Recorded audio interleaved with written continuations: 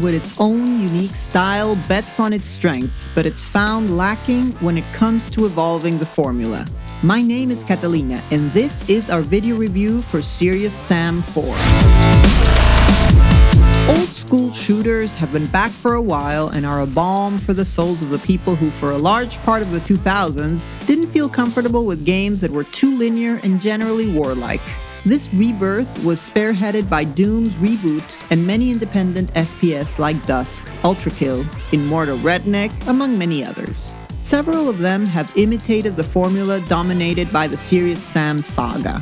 This title by Crow Team was always defined by a relentless rhythm with waves upon waves of enemies and the fact that we couldn't stay still for a single moment while we dodged all kinds of projectiles. But while many of its disciples and even teachers have revolutionized and elevated the genre, Sam Stone's return seems rushed, uninspired and lackluster, even when its playability is still entertaining enough to forgive some of these mistakes.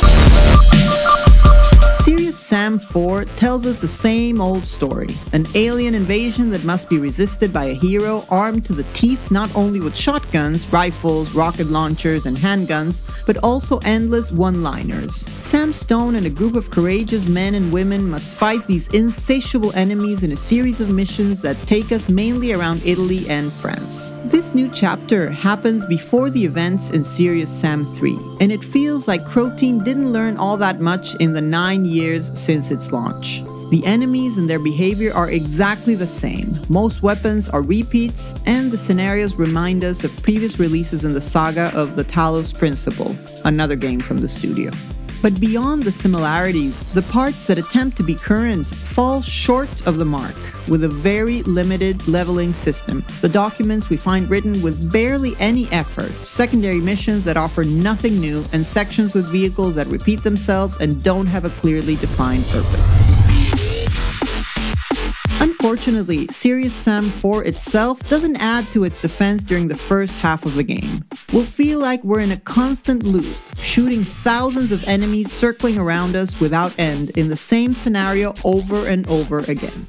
We'll be in Italy for several hours, though it looks nothing like it does in real life, fighting in ruins that offer very little eye candy.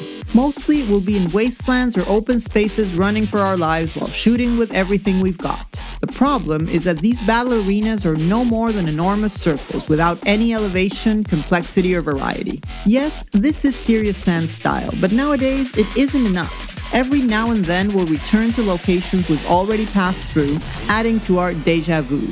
Even when we leave the Italian ruins behind, we'll exchange them for French prairies that lead us to a castle with a strong resemblance to the previous ruins. However, what bothers me the most is how the game tries to change the rhythm in the second half with vehicle sections and giant mechs, but we quickly move past them and it isn't clear why they were there in the first place. On one hand, there aren't anything special or something we haven't seen countless times in other releases. On the other, they're a glimpse of what could have been a far more varied and better developed Serious Sam 4, especially a strange moment when we're giving a chopper bike, ideally suited to the character, and the freedom to explore the map and carry out secondary missions at our own pace. In fact, this section was the one used to initially promote the game, and it gave the impression that we might have a Serious Sam with an open world. Sadly, none of that happens, and the game never evolves.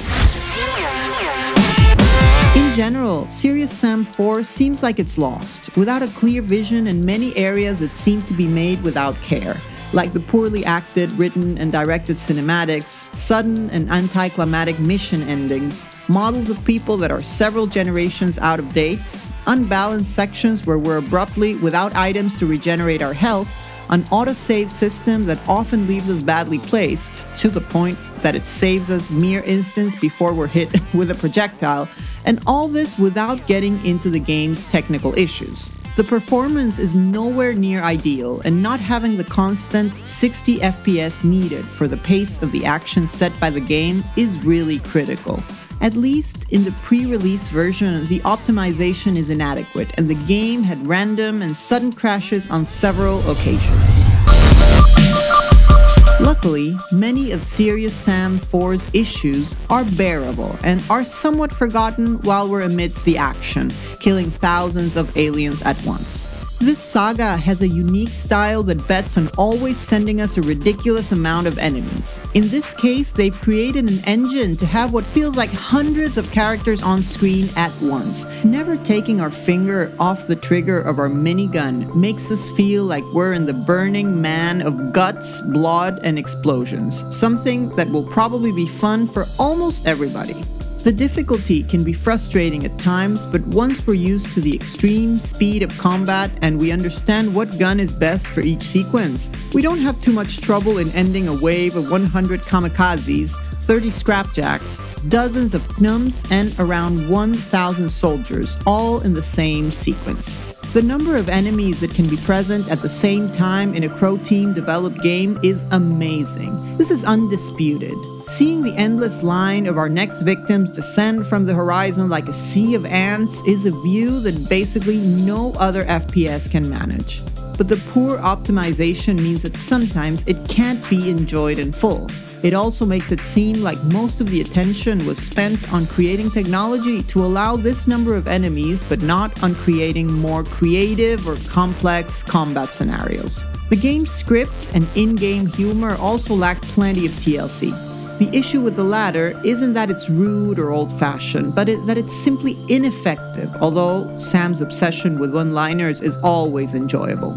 As regards the arsenal we have available, it's a little limited at the beginning, and the game makes a strange decision of not giving us much ammo for the best guns during the first hour. But as the game progresses, we find more variety and craziness. While the rocket launcher becomes our best friend, dual-wielding shotguns is normal. Shooting bullets from a pirate cannon is a delight, and C4 is music to our ears. Serious Sam 4 could have been a total reinvention for the franchise, a step forward to revitalize a saga that still hasn't taken advantage of this new golden age of old-school shooters. However, it wastes the opportunity by giving us basically the same game as always, but with 3 times as many enemies to fight, let alone that it feels unfinished with various technical issues and inconsistently varying the rhythm and the distribution of the types of mission. If you're looking for more of the same Serious Sam, then this new edition might meet your needs. If you were hoping that Sam Stone would adapt to the times, then you need to know that Sam was cast in the old mold. For all these reasons, Serious Sam 4 is awarded 6.5 points. Among the game's high points are its playability, how amazing it is to see so many enemies on screen, and the craziness of some weapons and enemies. Its many technical issues, pretty flat level design, the similarity between each scenario, and how slow the first half of the game is in getting started are just some of its greatest shortfalls. This has been our video review for Serious Sam 4, and I hope you've enjoyed it. As always, don't forget to follow us on social media. Check out our content on malditosnerds.com. Hit that button and like this video. Subscribe to the channel, leave a comment, and activate the bell to get our notifications. See you in our next video review.